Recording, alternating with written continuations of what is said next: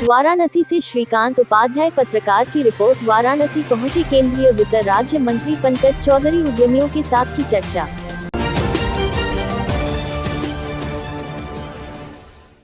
केंद्रीय वित्त राज्य मंत्री पंकज चौधरी सर्किट हाउस में 11:30 पर पहुंचे, जहां अधिकारियों संग समीक्षा बैठक की। उद्यमियों, व्यापारियों और टैक्स सलाहकार के साथ बैठक में जीएसटी भुगतान में आ रही समस्या और सुझाव पर चर्चा की।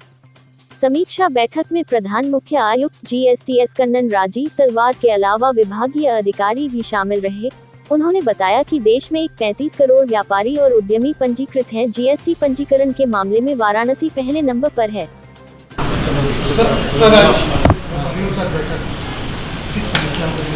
देखिए, भारतीय जनता पार्टी और मोदी सरकार निश्चित तौर से व्यापारियों के हित के लिए, सभी समाज के हित के लिए काम करती है। और जीएसटी चूँकि नया भी लागू हुआ है और तमाम शिकायतें हम लोग के पास आ रही थी, उसके संबंध में हम व्यापारियों से स्वयं मिल करके कि किन किन प्रकार की समस्याएं उनको आ रही हैं, ताकि उसमें कहाँ कमी है उसको हम लोग ठीक कर सकें, उसकी आज बैठक करने में आया। बढ़ती महंगाई को काबू में करने के लिए वित्त मंत्रालय की तरफ से क्या प्रयास किए जा रहे हैं? देखिए, बढ़ती महंगाई कहीं ना कहीं एक कुछ फेज के लिए होता है, और अगर इस बीच आप देखें तो प्रधानमंत्री जी ने 2 मरतबे पेट्रोल डीजल का भी दाम घटाया, जो हमारे इंपोर्ट होने वाले सामान थे उस पर कस्टम घटाया, जो चीज़ें ज़्यादा बाहर जा रही थी उसको एक्सपोर्ट पर भी रोक लगाया। ऐसे तमाम प्रयास हो रहे हैं और बहुत जल्द महंगाई कंट्रोल में आएगी।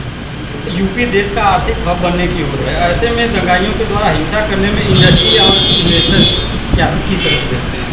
अगर आप देखें जिस प्रकार से यूपी में दंगाइयों ने दंगा किया, और कानून अपना काम कर रहा है, और कोई भी असामाजिक तत्व चाहे वो किसी भी समाज का हो, बख्शा नहीं जाएगा। क्या लगता है इको फंडिंग का क्या लगता है? इको फंडिंग किस तरह?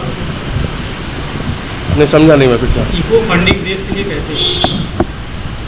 निश्चित तौर से पूरा आप देखें, अगर इस समय भारत दुनिया की सबसे तेज गति से बढ़ने वाली अर्थव्यवस्था में से एक है। इम्पोर्ट हमारा, एफडीआई हमारा निश्चित तौर से करीब $500 अरब से ज़्यादा 8 साल में मोदी सरकार में आया है, और रिकॉर्ड हम एक्सपोर्ट कर रहे हैं। $436 अरब के करीब हमारा एक्सपोर्ट है कोविड काल होने के बाद भी। तो कहीं ना कहीं अर्थव्यवस्था में हमारी सुधार हो रही है, और प्री कोविड के काम हम पहुँच गए।